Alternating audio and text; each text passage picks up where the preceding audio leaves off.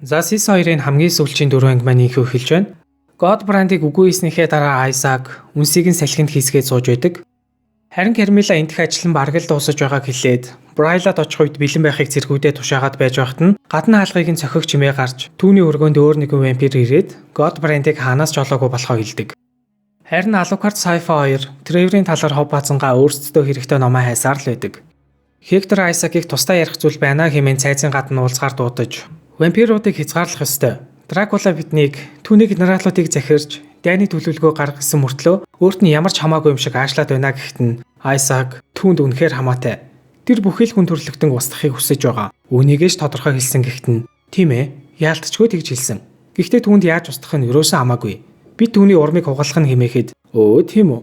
Чи яг юу хүсэж байгаа юм Hector хэмээн асуухад биднийг байр суурьтай байх ёстой. Би урагшлахыг хүсэж байна. Үүнийг энгийнээр дуусгая. Би чамайг Brylad-ууд дайрах саналыг дэмжихийг хүсэж байна гэж хэлдэг. Харин Isaac хүн төрлөختнийг устгахад хүн найзтай байх шаардлагагүй болтой хэмээхэд биднийх тал Дракула дайны өргөөнд маргаанаас өөр зүйл сонсохгүй байна. Тэр биднийг нэг үзэлтэй байхыг хүсэж байгаа гэхэд үгүй ээ. Тэр биднийг үнэнч байхыг л хүсэж байгаа гэж хэлдэг. Харин Hector өөрийгөө Дракулад үнэнч гэдгээ хэлээд бид Brylad-ууд цайзаа шилжүүлж гарах бомбыг хаах болно. Юу гэмээр байна да хэмээхэд за яах вэ? Энэ Carmilla ашигтай болохоор би татгалцсан. Гэхдээ ингүүлгээр хэсэгтээ асуудал үүсгэхгүй байгаа гэж хэлдэг. Үүний дараа Hector Carmilla дээр ирнэ. Isaac саналыг зөвшөөрсөн.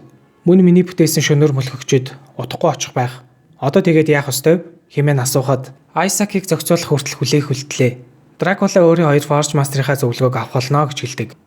Isaac Дракула дээр ирээд Hector түүнийг Brylad-уу цайзаа хөдөлгөх тал дээр санал нэгтгэхийг хүссэн тухай хэлэхэд яагаад тэгсэн болохыг нь асуухад Hector амьтдыг тулаанд оролцуулах дургүй байгаа.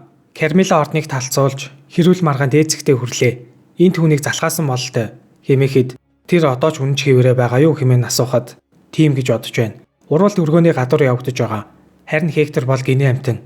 Тэр зүгээр л маргалдааныг таашаахгүй байгаа гэж хэлдэг. Тэгэхээр генералууд надаас урах гэж байгаа хэрэггүй хэмээхэд үгүй ээ. Хэрвээ тийм зүйл тохиолдвол та мэдчихэж амжихгүй. Тэд зүгээр л уцаартай байгаа л гэж байдаг. Харин Дракула хэрвээ цайзаа Brylad руу нүглэгвэл тэд гоншгонхоо болох хэрэггүй хэмээн асуухад тийм гэж бодож байна. Ингэхэн Carmilla жаахан давуу талтай байж болох ч сүйдтэй зүйл биш ээ л гэж хэлдэг. Харин Дракула энэ бүхнээс залхсан янзтай. Тэгвэл тэгдээ. Би ядарч байна Isaac. Надад ийм жижиг зүйлд анхаарал хандуулдаг цаг байсан. Намайг үл хүндэлсэн Кронштадтын дархнуудыг би санаж байна. Тосхоноос мэдээлэл цуглуулахын тулд би тэнд хэдэн өдөр зугаацсан. Бас төлөвлөгөөгөө боловсруулсан. Тэд хэрэгцээ тоол хүнсээ буцан очиж авахын өмнө эхнэр хүүхдээ гадагш гаргана гэдгийг би мэдэж байсан. Надад тэдгэр 40 нөхрөөс өөр хэнийг ч гэмтэх хүсэл төрөөгүй. Тэр явдал их дээр үед болсон. Одоо харин үүнийг хурдан шийдэцгээе. Тэднийг инхүү ярьж байх зуур Carmilla олон Hector нар өрөөнд орж ирдэг. Харин Carmilla үг хэлэх гэхэд нь тийм ээ тийм. Та нар юу хүсэж байгаа юм? Гэхэд нь Brylad руу дайрч бомбыг эзлэх болно. Дараа нь улсыг бүхэлдэн битөмжилж шорон болгоно гэж хэлдэг. Isaac үнийг нь дэмжиж сайн үндэслэлтэй болохыг нь хэлэхэд Brylad. Тийм ээ Brylad. Надад үүнтэй орооцолтож байх тэнхээ алга. Явж өөрсдийгөө зугаацуулцгаа. Тэд бүгдээрээ үгүй болж илээвэл надад юу ч хийсэн хамаагүй гэж хэлдэг. Дракула ч үнэхээр туйлдаа хүртлээ юм бүхнээс залхсан байдаг. Ерөн бараг л юу ч болсон надад хамаагүй л гээд байгаа юм. Өргөөнөөс гарсны дараа Hector цаашаа яах талаар Carmilla-гаас асуухад зэргүүдээ бэлдэж генералуудад өөрсдийнхэн хүсэж байсан шийдвэрэн гарлаа хэмээн тэднийг ятгах болно. Одоо би бүгдийг удирдах болно гэж хэлдэг. Харин Hector чи юу хэмээн асуухад тийм ээ чиний ачаар бас бусдын ачаар би ингэх хэрэгтэй болсон. Чи яагаад намайг ингэх ёстойг мэдхүү? Учир нь би хүүхдүүд болон адгууснууд бас өөх гэж байгаа хөвшин өвгний дунд байхаас алхаж байна. Энд байгаа өөр дөрвөн нэмэгтэйчүүд бүгд болонгаас ууртай ширтэн. Учир нь хүүхэд шиг аягалдаг, хоосон сүр үзүүлдэг эрчүүдийн тоглоомд дарлагдаж дуу хоолойгүй болсон. Эсвэл уурандаа багтраад юу ч хэлж чадахгүй байгаа хэмэхэд би аль нь юм? Адгуусан уу? Хүүхэд нүү хэмээн асуухад гүлэг. Заримдаа аль нэг нь. Гэхдээ нь чамайг надыг хүндэлдэг гэж надад итгүүлэхийг хүсдэг гэж боддог байлаа хэмээн асуухад тийм ээ тэгсэн. Чи нэгэнд тодгалсан болохоор одоо надад тэгэх шаардлага байхгүй гүлэг хэмээн. Чи гараа хитгүн дүрсэн гэж хэлээд гараад явдаг. Sci-fi ном уншиж байгаад цайзыг дүгжих шившлэгийг олсон болохоор Trevor-т хэлдэг. Belmont авгийнх нь энэхүү шившлэгийг бүтээх гэж бараг 100 гаруй жил зарцуулсан байдаг. Шившлэг нь Адамик хэлээр бичигдсэн байсан ч бүрэн дуусаагүй байдаг. Гэхдээ Сайфа өөрийгөө үлдсэн хэсгийг нь дуусгаж чадах юм шиг байна гэж хэлдэг. Адамын хил гэдэг нь хүн төрөлхтний анхны хил гэж явдаг. Адам болон Ева нарын Эден цэцэрлэгт ярьдаг байсан хэлэл гээд байгаа юм. Тэднийг инхүү ярьж байх зуур шөнөөр мөлхөгчд тэдэн рүү дайрч эхэлдэг. Шөнөөр мөлхөгчдийн дундаас аврах том биетэй нь шившлэг бүхий хаалгыг ухаан мэдрэлгүй юмшгээр зогсоор хүчээр онгойлгож эхэлдэг. Алукар төлний үлдсэн хэсгийг засгаар болж Сайфа үргэлжлүүлэн шившлэгийн үлдсэн хэсгийг дуусгах хэрэгтэй болно. Харин Тревор ганц чаддаг зүйл нь тулдах болохоор арга буюу тэр хоёрыг хамгаалахар болдог. Шөнөөр мөлхөгчдөж хаалгыг эвдээд дотогш нэвтэрч чаддаг. Харин Алукар жидэд толийг янзлаад Дракулагийн байгаа газрыг харах үед Дракула цайзаа Брайла руу шилжүүлж таардаг. Ингэснээр Брайлагийн энгийн нэгэн шөнө хар дарсан зөвд болох эхлэн тавигдаж Дракулагийн вампируудад хотыг төвөөхөр гарцгаана. Нууц сонгилд хамгийн дөрөнд орж ирсэн нүлэмж биетэй нөхрийг нь Тревор ганцаараа чадан ядан үгүй хийгээд эргээд тартал хойноос нь шийд хэргэлдэг нөхрөн гараад ирдэг. Харин Брайлад Хектор бишопын цогцыг дахин босгоод ирсэн. Кармела түүнийг гинжлээд нуурын эрг рүү явж байдаг. Тэгснээ голын эргийг бишопоор ажиллуулад голын усыг тэр чигт нь ариун ус болгоод наачдیں۔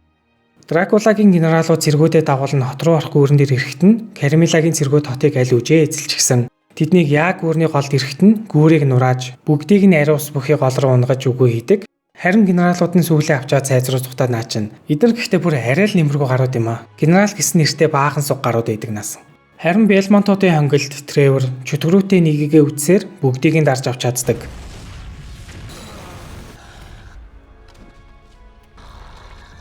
Дракулагийн цэргийг устгасан болохоор Кармела цэргүүдэд цайз руу дайруулдаг. Харин Хекторыг тэнэг бацаанаар нь дуудаад "Чи надад хэрэгтэй. Одоо харин цайз руу биш, гүүрний нөгөө тал руу гар. Чамд сонголт байхгүй" гэснээ хүчээр шахуу туугаад явдаг. Сайфа шившлэгийн сүүлийн хэсгийг олоод шидэ ашиглаж Дракула цайзаа шилжүүлэхдээ ашиглаад байсантай адилхан ром хэлбэртэй зүйл үүсгэж чаддаг. Кармелагийн цэргүүд цайзын алганд тулж ирээд гадна хаалгыг нь цөм цөөхөн цайз руу нэвтэрч тулдаж эхэлнэ. Айсак харин Дракула дээр ирээд мөнгөнд дуулахтай вампир цэргүүд тэднэрөө дайрч байгаа тухай хэлэхэд Стайрагийн цэргүүд байна. Кармелагийн хийж байгаа зүйл үүнийг дуусгая. Хинч миний цайзыг надаас авахгүй гэж хэлдэг. Энэ хооронд Сайфа өөрийн шидээрээ цайзыг тогтоох гэж үзсэн ч өөдөөс нь асар их шидийн хүчээр эсэргүүцээд байдаг. Цайз бүр энд тэнд хид хідэн удаа шилжиж голын яг тэг дунд нь очиод гацснаа дахин байршлан солигдож Белмонтын нууц номын сангийн яг дээр шилжиж ирснээр цайзыг бүр мөсөнд өгчөж чадна. Ер нь л өөрсдийнхөө хажууд шилжүүлээд аваад ирсэн гэсэн үг. Ингэснээр тэд Дракулаг хайх шаардлагагүйгээр шууд түнтэй нүүр тулахаар цайзын зүг хөдөлж эхэлдэг. Харин тэнгэрт энэ бүхнийг зүгэнснөө гэлтэй аврах том улаансаар гарсан байдаг. Ингээд тэднийг шилтгэнд орж ирэхэд тэнд тулдаж байсан бүхий л вампирууд яг л хөшөөшөө гацж орхидог. Тэгж байснаа бүгд байгалийн зөнгөөрөө тэр гурыг дайснаа гэж үзээд ер нь л Белмонтыг дайснаа гэж үзээд нэг тал болж тэдэнтэй үзэлцэхээр болно. Алукар цагаан дэлж чон болно хуурж Тревор Morning Star ашиглан тэднийг дэлбэлж Сайфа яг л аватар дээр гардаг катара шиг усыг мөс болгоно ашиглаж вампируудтай тулдаж эхэлдэг. Манай гуравч яг л олон жил хамт тулдсан наятаа маш сайн гар нийлж зовхгүйгээр Дракулагийн генералууд болон Кармелагийн цэргүүдийг устгаад цааш давшиж эхэлнэ.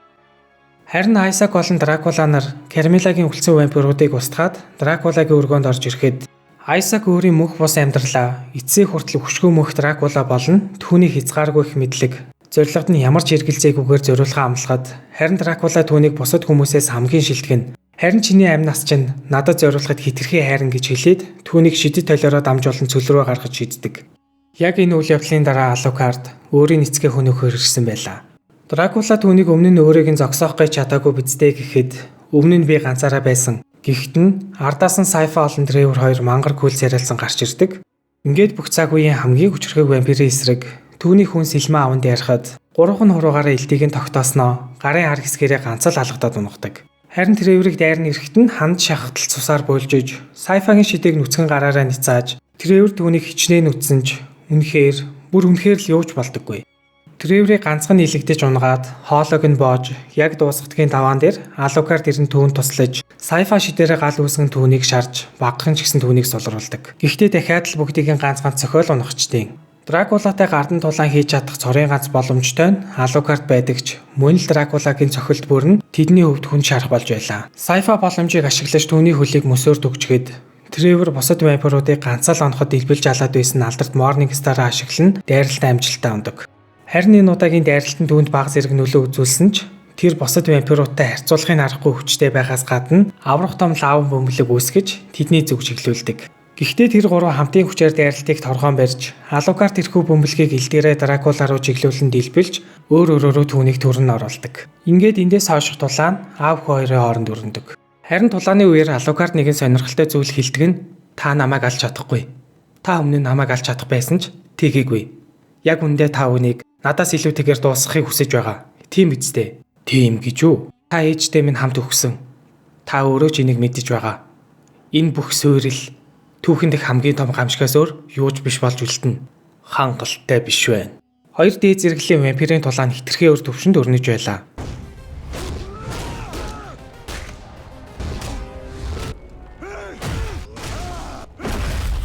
Дракула яг л цусан долонгосон найтай Алукардыг алхаар дайрч эхэлдэг. Ингэж явахдаа Алукардын хуучин өрөөлөн түүнийг нислэн сохин оруулаад хойноос нь орж ирэхдээ саял нийгэм нүдэн нээгдэж өөрийнхөө төрсөн хүүгээ алах гэж байгаагаа ухаардаг. Хүү минь. Би бяцхан хүүгээ алах гэж байж. Лиза, би бяцхан хүүгээ алах гэж байж. Бид энэ өрөөг хамтдаа бодсон. Бид хамтдаа энэ тоглоомуудыг хийсэн. Эн чинь бидний хүү шүү дээ Лиза. Чиний надад өгсөн хамгийн агуу бэлэг. Гэтэл би түүнийг алах гэж байж. Би аль хэдийн үхэх ёстой байж. Хүү минь. Аава. Алукард түүнийг зүрхэнд нь зоож, харин Тревор толгойг нь таслаж, Сайфа үлдсэн хэсгийг нь шатаадаг. Дракулаг үхэхэд түүний дотроос асар их уур хилэн, үзий ядалтын сүнс шиг зүйл ялгаран гарч оддог. Алукард аавыгаа үгүй хичглээ хэмээхэд чи тоо томшгүй олон хүний амийг аварсан. Гэхдээ чамд гашуудах эрх бий хэмээхэд Алукард санаа алдаад эцэг минь аль хэдийн өвчгсөн байсан гэж хэлдэг. Ингээд тэд хамтдаа шилтгээнээс гарахад түнэр харанхуй төгсөж шинэхэн нар мандж байдаг. Энэ тулаан бол яг үндэ тулаан байгаагүй. Учир нь Дракула хооллохоо бэлчсэн байснаас гадна Лизаг алдсан нь түүний хувьд сэтгэл зүй маш том цохилт болж өөрийгөө дотроос устгаж байсан. Тэр зүгээр л энэ бүхнийг ямар нэг аргаар дуусгахыг л хүсэж байсан юм. Хэдий ингэж айхтар доройтсон байсан ч манай гурвыг ил давуу илэрхэж байгаагаас нь Дракула ямар амар хүчтэй дүрвэ гэдгийг мэдэж олно. Хэрвээ тэр хүссэн л ол ганцаархнаа тэр хиндэж хэрэггүй генерал эдрийнхэн хэрэг огтхонч байхгүйгээр Валекаг амархан устгаж чадах байсан байх. Ямар ч энэ бүх зүйлс дууссаны дараа Алукард шилтгэнийг өөрийнхөө унтах булш болгохоор төлөвлөсөн байсан ч шилтгэнийг дахин хөдөлгөх боломжгүй болсон болохоор Белмонт түнд өөрийн овгийн хуучин өвийг үлдээж булчны зориулалтаар биш харин гэрээ болгож ашиглахыг хүсдэг. Угаасаа Белмонт овгийн болон Дракулагийн хэдэн зуун жил цуглуулсан агуу их мэдлэг, үнэт өвийг зүгээр нэг айц төрүүлэм газар болгох нь ямар ч утгагүй л гэж үзээд байгаа юм. Айсак цүл дундаас баян бүрд олоод уугаад байж байхад нь нутгийн индианууд хурж ирнэ түүнийг хоргож эхэлдэг. Ингээд тэднийг бүгдийг нь устгаж үгүй хийгээд шүн болохыг хүлээж сайтар амарсныхаа дараа тэдний цогцыг нь буцаа нямлуулж шөнөөр мөлхөгчд болгоно хувиргадаг. Сайфа Тревор хоёр цаашдаа яах тухайгаа яриад алхаж байдаг. Хидээ Дракула өгсөн ч гэлээ Брайлат Кармилагийн айран байгаа. Мөн сүмхний ялзрал гэх мэт цаашдаа хийх зүйл зөндөө байгаа. Надтай хамт аян замд гараач. Чамтай уулзснаас хойш анхудаа өөрийгөө амьд гэдгээр мэдэрсэн. Чиний өвдөж хийх ёстой зүйл чинь хүмүүс туслах биз дээ. Гэснээр Белмонт Сайфагаас өөр хамт байх хүн байхгүй гэд тэр хоёр хэсэгтээ эндээ амраад Драм Брайлаар хөдөлгөөр тохирдог. Ерөн Сайфа манай төмс Треворд нилээд татагдсан юм шиг анзаарэгддэг. Харин Брайлад нөхцөл байдал эсэргээрээ эргэж байлаа. Нар жаргасны дараа Кармила Хекторыг гинжилж өөрт нь айран бүтээж өгөхийг тушаадаг. Харин Хектор энэхүү саналаас нь татгалзгаад түүнийг үхтлэн балбаж хүчээр зөвшөөрүүлдэг. Хектор хитрхи залуу бас гинэн болохоор Кармила туурдагдаж одоо ингээд түүний хувийн боолон болж байгаа юм. Сайфа Тревор хоёр замдаа гарахаар болж Алукард тэднийг үдэн гаргаж өгдөг. Асар удам цайз дотор ойр ганцаар үлдсэн Алукард сая л нэг эцгийгээ энэ бүх хугацаанд ээжийг нь ирэх хүртэл яг юу мэдэрдэг байсныг багахан ч гэсэн ойлгож авдаг. Ээж нь аавынх нь хувьд ямар үнцэнтэй байсныг тэрээр бодон суухдаа өнгөрснийг эргэн санаж өөрийн ирэхгүй нулим сунгадаг. Даанч түүнийг аргадах хинч байхгүй байлаа. За энд хүрээд Castlevania анимашны маань 2 дугаар улирал өндөрлөж байна. Дараагийн удаа салхи оруулалтын арай өөр анимашн ярих болно. Тэгээд дараагийн бичлэг хүртэл баяртай цгаа. Лайк болон subscribe дарахаа битгий мартаарай.